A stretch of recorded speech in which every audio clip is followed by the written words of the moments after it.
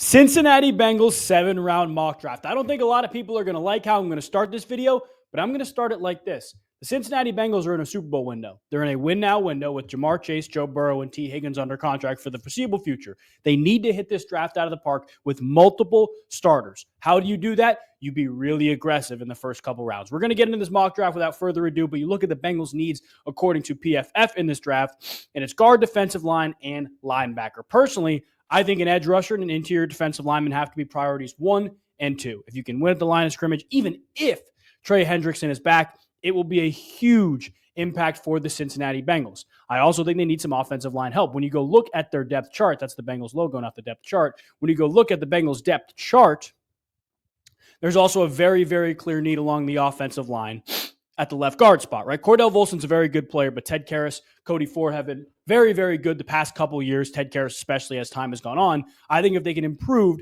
the left side of the offensive line, obviously they have Orlando Brown, they have Marius Mims, their first-round pick from last year, coming in to play right tackle. They need a left guard with a little flexibility, preferably. But those are the top 3 priorities. Without further ado, let's get into this draft. We are going to pause.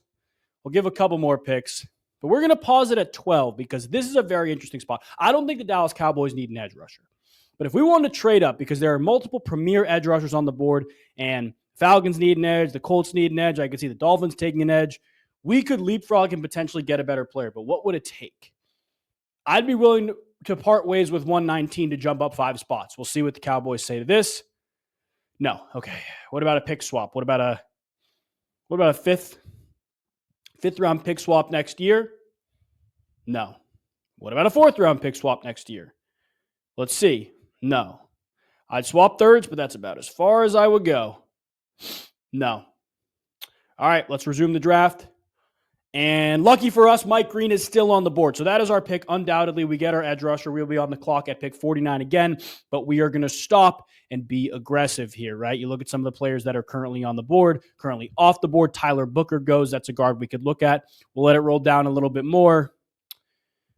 Not a ton of guards flying off the board. I think we could wait, 8 picks until we're up to potentially get a guard.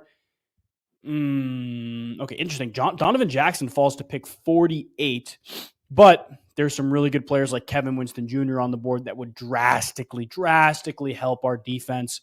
Looking at the Bengals' defensive depth at the safety spot, Geno Stone and Jordan Battle are really good players. I think you more need an outside corner before you need a safety, so Kevin Winston Jr. maybe not the guy, but Benjamin Morrison, who can do a little bit of both, is better in zone than in man, is probably the best corner we have on the board right now. The only interesting thing is Maxwell Hairston is a very, very feisty AFC North type corner. And I think this is probably the best place to go right now. Siobhan Revell is also still on the board. Siobhan Revell has been really, really good. I almost wonder if we could trade down a couple picks and move up a bunch in the middle of the draft. Like Detroit wants to trade up. Will a corner be there for us at 60? Looking at the needs of the teams, probably not. Let's take our big swing at corner here. Let's go with Siobhan Revell at corner right now. And then, again, we'll be on the clock here at 81, 119, 153, and 193. We're going to see who falls to us here at 81. Kevin Winston Jr. is still on the board. Nobody wants to take this guy because of the injury, and I completely understand. Ooh. But Tate Ratledge is on the board.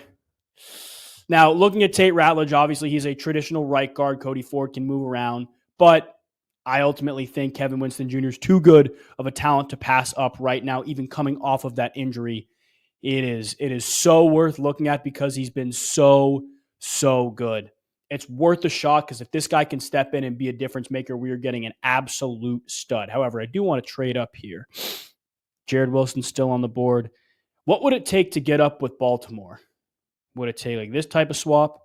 This type of swap? No, it's not going to work. All right.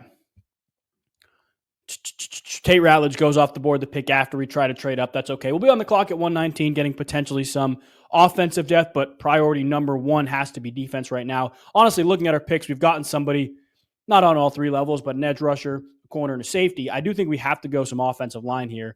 Willie Lampkin's a guy that I absolutely love, has played so many different positions, has excelled more at right guard, but can play left guard, can play center. Connor Colby is a guy who's played a lot of right guard. Luke Kandra's a guy who's played a lot of right guard. Seth McLaughlin, traditional center. Tyler Cooper, that's the left guard we probably want to target, and we're going to be picking at 153. So maybe we don't go offensive lineman right now.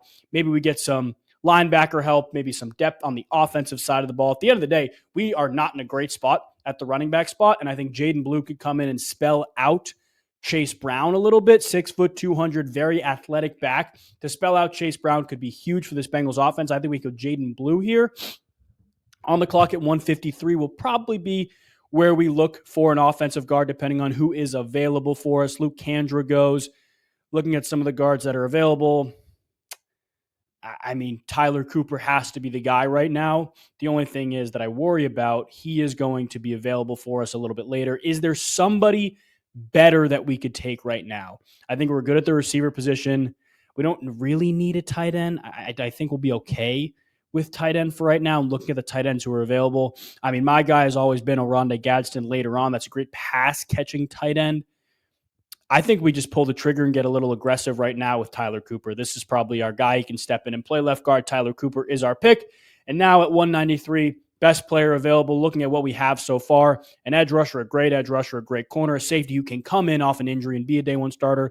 Jaden Blue and Tyler Cooper for some offensive depth. And, do we go backup quarterback? I like Jake Browning, but do we pull the trigger on a quarterback later on in the draft? Because Kyle McCord could fit that offense very, very well.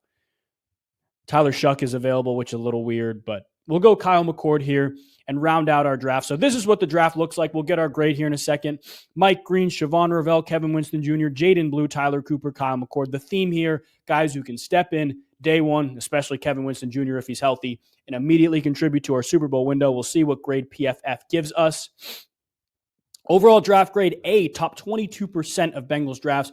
Kevin Winston Jr. in the third round is kind of crazy. Mike Green at 17 is a great pick. Siobhan Rebel, B+. Jaden Blue, B. Tyler Cooper, C+. Kyle McCord, A+. 3 A+ picks out of our 6. I like this draft a lot for the Cincinnati Bengals. Tomorrow, Saturday, or depending on when you're seeing this, we will have the next mock draft, which I believe is the Arizona Cardinals. There's a playlist below with every single 7-round mock draft I've done so far, one coming out every single day leading up to the 2025 NFL draft. So if you're new, you're not part of the family, make sure you subscribe. We will see you guys Saturday afternoon, or depending on when you're seeing this afternoon, 5 p.m. Eastern. God bless.